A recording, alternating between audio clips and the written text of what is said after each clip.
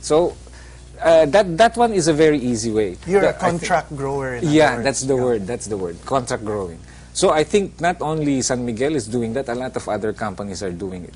But if you want to look at success stories, look at Batangas, Limcoma, SIDSI, all the big cooperatives.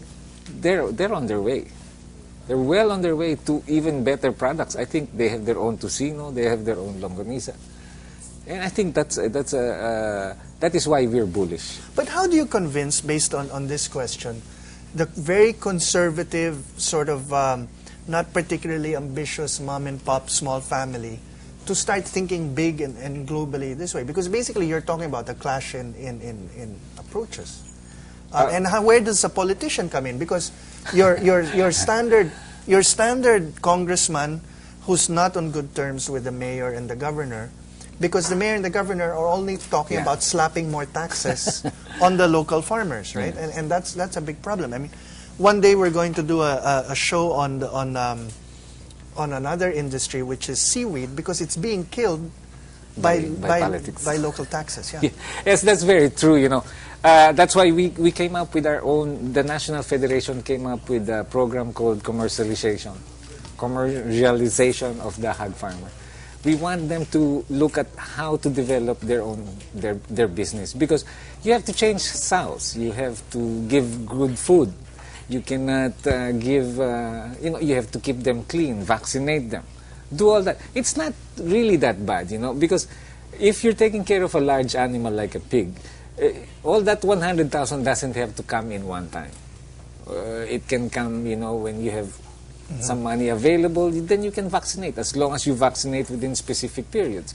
It can be done. Some people have really been working on that. So I believe that you maybe growing as a backyard raiser may not be very feasible, but it can be viable depending on where you are. If you're near the cities, then you have a problem. But if you're like in Batangas, they're quite, they have a community. In fact, I think the whole municipality is devoted to hog farming. That you'd be able to survive. Yes, but the long and short of this is we're not going to be expecting lower prices anytime soon.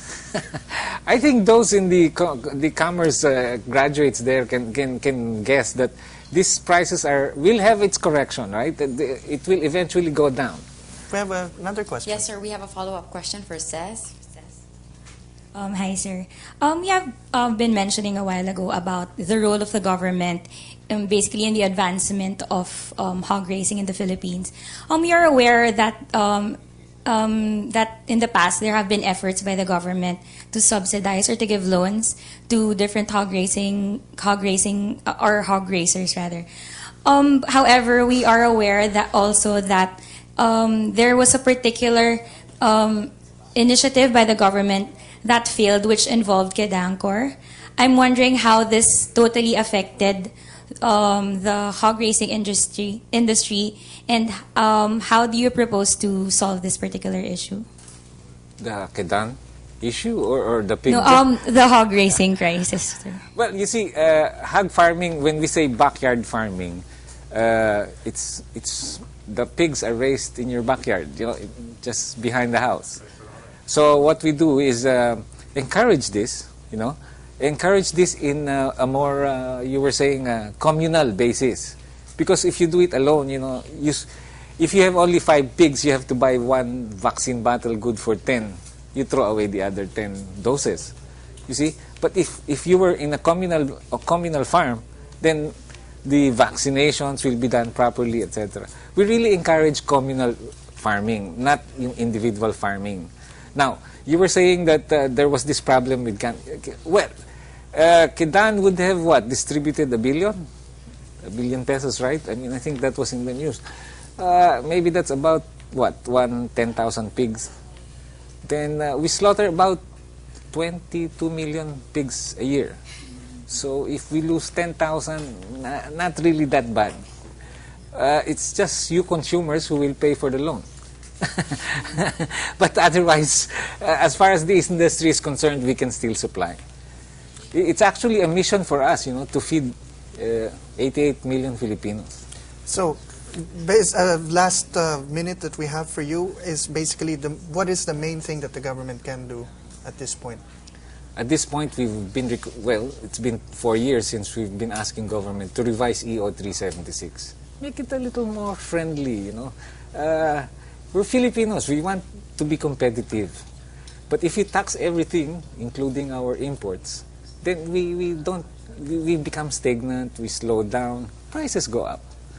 Then we ask them also just to be diligent about biosecurity measures. I think they call this the phytosanitary measures. If they implement that, we have a healthy herd, maybe we can expand more and maybe bring down prices. Okay, thank you. Well, my view, what ends up on your plate got there because someone somewhere raised something and that required feeding, keeping it healthy, and then getting it to your table. Every step of the way not only costs money, it requires a certain amount of human knowledge. The lesson here is the old-fashioned causes, less smuggling, greater efficiency, less red tape, and more public service are important not just during elections, but every day in between.